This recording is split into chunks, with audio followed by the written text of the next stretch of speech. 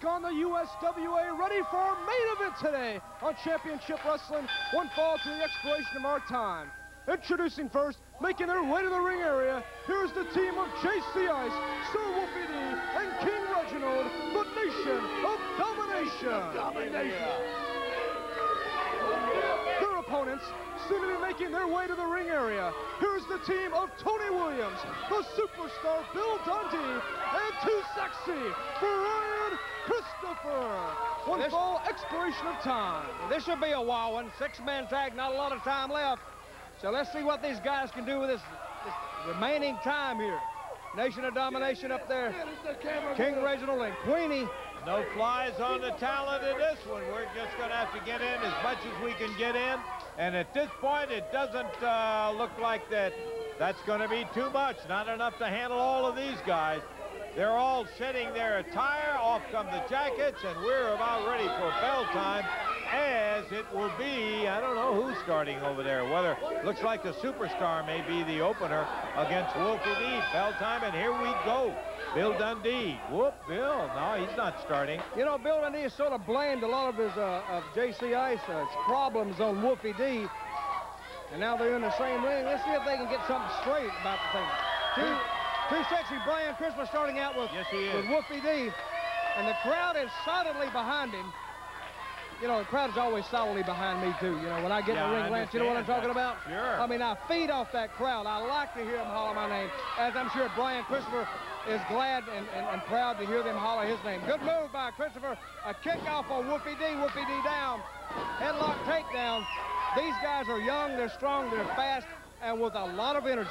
They can all go, and I want to tell you that when I hear Elijah talking about what kind of size advantage he and Baracus have over Tony Williams and Brian Christopher, it's true. They definitely have the size advantage as they do over most people, but when it comes to climbing the pole, on that flagpole on top of the pole, Williams has got a better chance of getting up there than just about anybody, because he can flat go like a cat. Well, he better go like a cat. You know, they're so much bigger than he is. I would highly advise Tony Williams, he better get up that pole fast.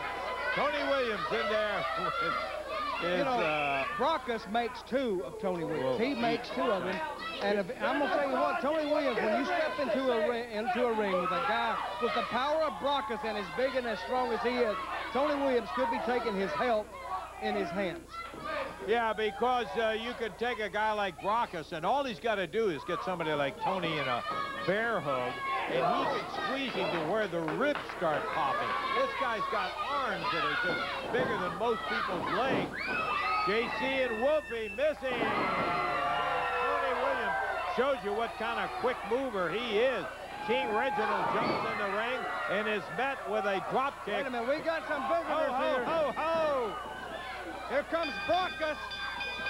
Here comes Elijah. They're all stomping away in the ring. They're getting an early start on this flagpole on the pole match. It'll be an interference in this fall, and that means that they are going to lose it. Talking about the team of JC and Wolfie D and King Reginald as into, oh, look at this. Well, it worked one time, and it's going to work again. It cooled everything off. Steven Dunn came in. He was the man to the rescue, and it's going to end up with a six-man team of Williams, Christopher, and Dundee winning by disqualification in that fall. We'll take time out, and we'll be back in just a moment.